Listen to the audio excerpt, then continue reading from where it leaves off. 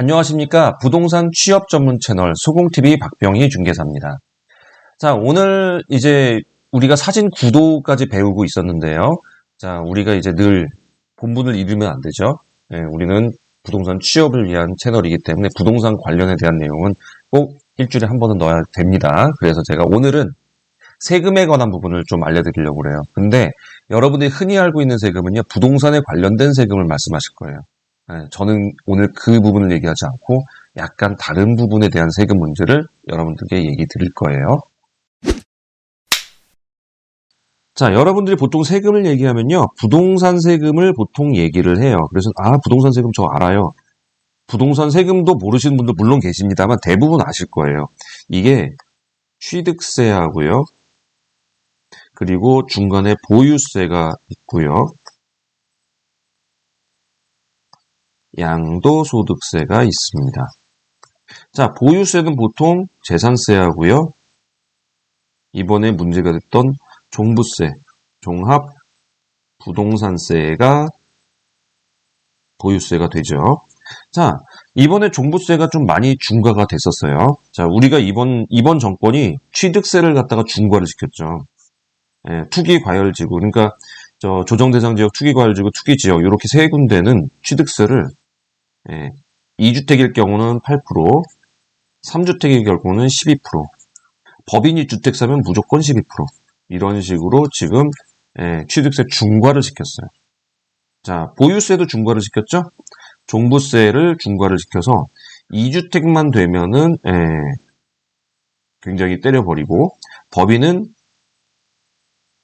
공제 금액을 6억을 사라져버렸죠. 공제 6억이. 그러면서 그냥 처음부터 무조건 종부세 해버렸죠.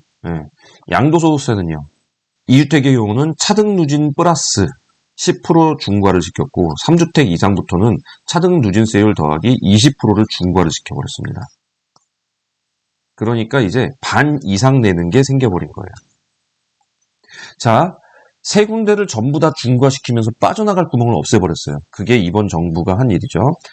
취득세는 중과될까봐 못 사요. 파는 사람은 중과돼서 못 팔아요. 보유 갖고 있어도 중과가 돼요. 죽으라는 거죠. 이거. 고양이가 쥐를 몰 때요, 빠져나갈 구멍을 주지 않고 몰면요, 요렇게 빠져나갈 구멍 하나도 안 줘버리면요, 쥐도 고양이한테 덤빕니다. 요런 세금이 이번 정책들이었어요. 그래서 무진장 힘든 상황이 됐었어요. 그런데 자, 오늘 이 얘기까지는 아마 개업하신 분들은 상당수 아세요. 그죠? 소속 공인중개사는 모를 수도 있어요. 하지만 아시는 분들도 계실 거예요. 우리 소공TV에서 할 주제죠. 근데 오늘은 이걸 할 게 아니라 일반 사람들이 잘 모르고 계시는 부가세에 대해서 좀 얘기를 해보려고 그래요. 부가가치세. 부가가치세죠. 부가가치세가 그러면 일반 대표님들은 잘 아실까?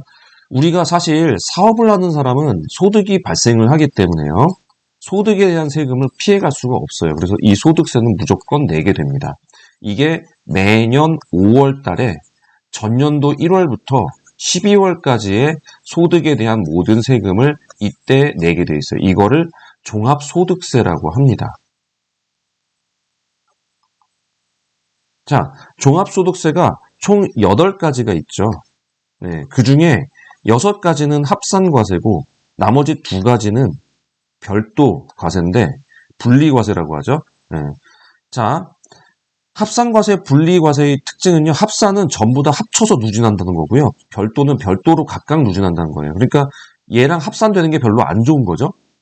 그 6가지가 있는데, 양도소득세와 퇴직소득세는 우리 이쪽에 속해요. 2가지. 왜냐면 자주 일어나는 게 아니에요, 정기적으로. 그래서 그런 것들은 분리로 별도 과세를 하는데, 합산과세는 정기적으로 일어나는 것들이에요. 자, 그래서 이 6가지가 뭐가 있냐면요, 처음에 우리 가장 흔한 근로소득세. 매달 발생하니까 정기적이죠. 그 다음에 사업소득세. 우리 사업자들이 내는 거 사업소득세요. 그 다음에 이자가 발생하면 이자 발생된다고 은행에서 주는 이자소득세. 자, 주식 배당 받으면 배당소득세 나오죠. 그리고 우리 퇴직하신 분들 연금 있으면 연금소득세 나오죠. 그리고 그 외 기타 소득세가 나와서 이 6가지는 정기적으로 나오는 것들을 합산과세로 하는 게 종합합산과세예요. 자, 이 종합소득세 이 6가지와 2가지 나눠서 하는데 우리가 지금 부동산에 대한 양도소득세, 여기죠. 양도소득세. 그리고 퇴직소득세. 우리가 퇴직하지는 않으니까 상관없는데, 부동산이 이제 양도소득세 여기 포함되고요. 소득세는 사실 취득세랑 재산세는 사실 이쪽이 소득세 쪽이 아니기 때문에 상관이 없어요. 근데 부동산이 결국 뭐예요? 부동산. 우리가 근로소득 받고 있습니까? 아니죠. 사업소득을 받고 있는 거란 말이에요. 그죠? 그러니까 여기 사업소득세에 딱 해당이 돼요. 그러면 이거를 매년 5월 달에 세금 신고를 해야 되고, 이 사업자가 일반 사업자일 경우,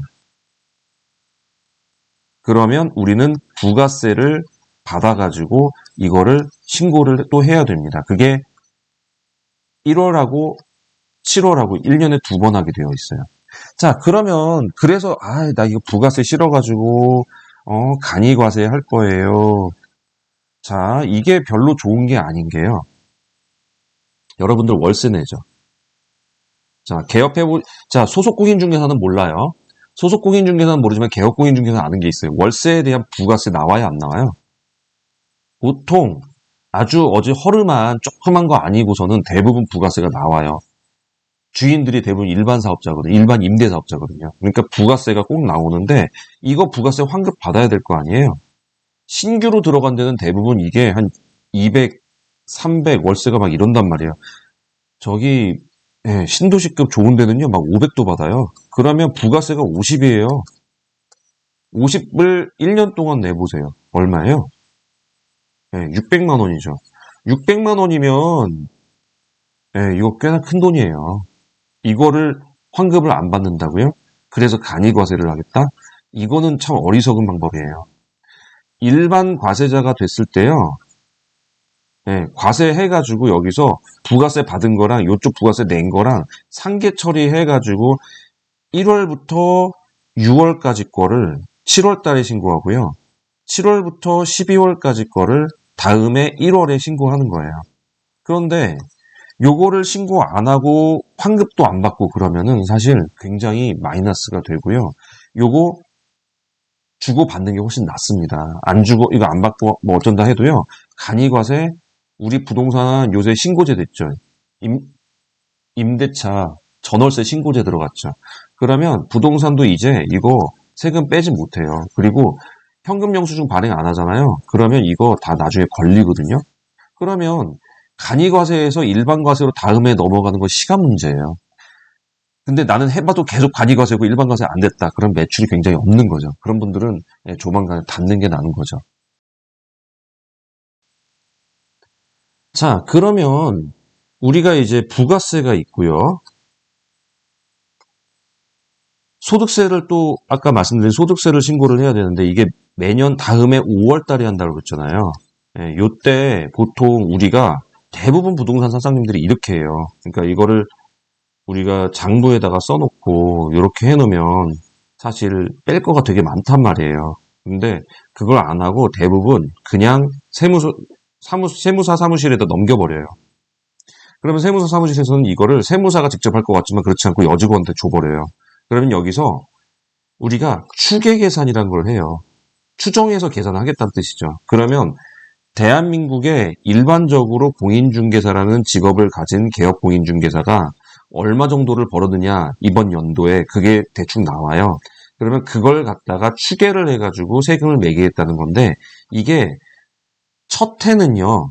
이제 만약에 이전 해에 이제 우리가 영업을 했던 사람은 두 번째 해의 경우는 대부분 이게 단순 경비율하고 그리고 기준 경비율하고 이렇게 두 가지로 나오게 되는데 이 경비율의 근거에 따라 여길로 들어가게 되면 굉장히 세금을 많이 내게 돼요. 그래서 첫 해는 보통 이전 해가 없기 때문에 단순 경비율로 그냥 해버리거든요. 그러니까 얼마 안 내요. 그래서 얼마 안 내네. 그런데 두 번째 해부터는 기준 경비율이 적용되기 때문에 세금이 갑자기 확 나오게 돼요. 그래서 대부분 이거 사장님들이 뭐라고 하냐면 아이씨 소득세 작년에는 얼마밖에 안 나왔는데 우리 되게 많이 나왔네 이러면 씩씩거려요. 네, 씩씩거립니다. 이거 별거 아니에요. 장부 작성 안 하기 때문에 이 사람들이 이거 해주지 않아요.